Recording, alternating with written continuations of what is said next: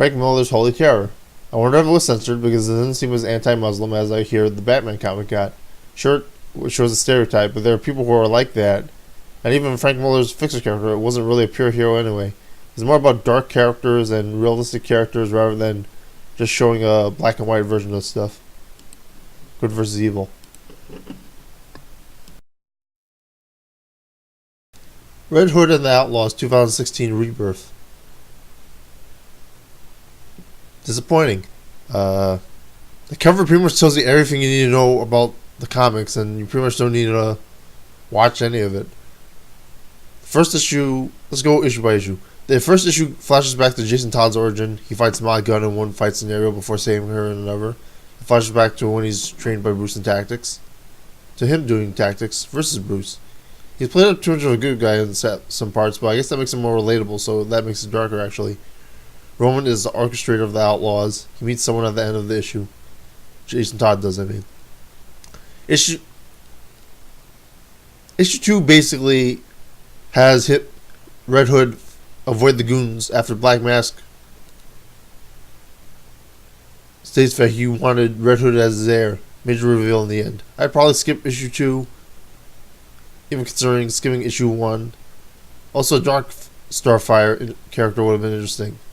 I would like them to expand on the Outlaws roster like they did with Ultimate Spider-Man and versus Sinister Six in the Disney XD show. The character creation, the toy creation, etc. will be really good. I forgot to mention that the connection that Artemis has with the Black Lanterns. Issue 3, Bizarro is seen. Red Hood is treated as an intellectual anti-hero Batman who attempts to save Bizarro. There's a bit of a more to the Robin legacy too, as there's dangers as to what may happen to a Robin which is showed rather than told, which is pretty cool. That's about it. There's only been 4 issues this year because it started pretty late, apparently. Underwhelming, but has a lot of potential. Hopefully, more stuff will happen as the issues continue. It's also a shame considering that so little happens that they get released once a month. Oh well.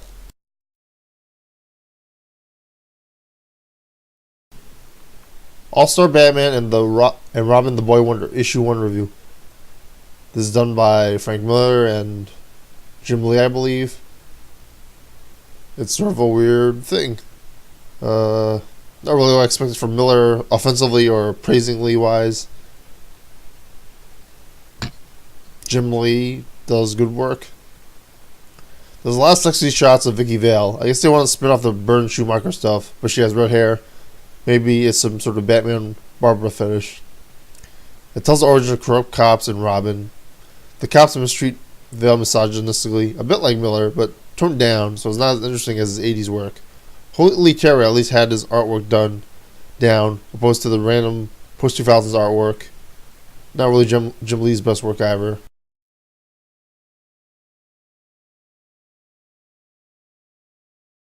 All-Star Batman and Robin the Boy Wonder issue 2 review. Issue 2. Boy, that was awful. Val has some sort of hallucination, which I was going to interpret it as some sort of multiple viewings and interpretations later on. And then Batman goes, "My ward. You are my ward. I'm the goddamn Batman." What the fuck is this shit? And then it was an attempt to scare Robin, apparently, to toughen it up, which just came off as really lame. Like, maybe it's supposed to be a parody of Batman isn't really that scary, but it was really bad. Batman gets shot at by a bunch of corrupt cops before running him over. Batman vs Superman style with his Back to the Future-like car. And then Back to the Future Part 2 car, by the way. The flying Batman car. Finally, we get an anti-cop message of 2016 they were hyping, but the message is all freaking ruined because it's barely even in the issue. And then I don't really care because, like, my gosh, like, it's not even a message. It's more of a minor detail that was inserted later. I don't know if it's Miller's fault since Jim Lee drew the thing as the goddamn CCO, so what the fuck happened here? I pretty much quit the series on issue 2.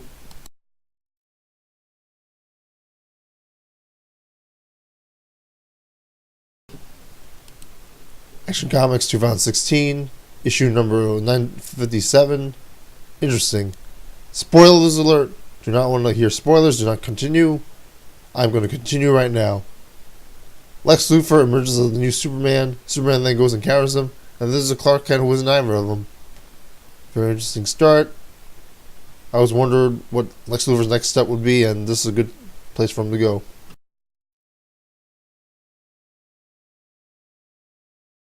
Age of Apocalypse 2012, Issue 1. I was surprised this even exists considering all the anti-Fox, X-Men, and Fantastic Four stuff and banding that Marvel's been doing. Interesting cast, a lot of bad humans turned anti-hero, like, spoiler alert, do not listen if you don't want to listen, Bolivar Trask, stripper mutants for some odd reason, but yeah, good use of dystopia. They use non-X-Men characters as well, I'm not going to spoil who, and they have interesting roles, like a judge or a capturer. They have those giant mechs from Terminator Salvation. Dark Beast and Sugarman are in this. Wyman the Scout is very good and very suspenseful at the end of issue 1.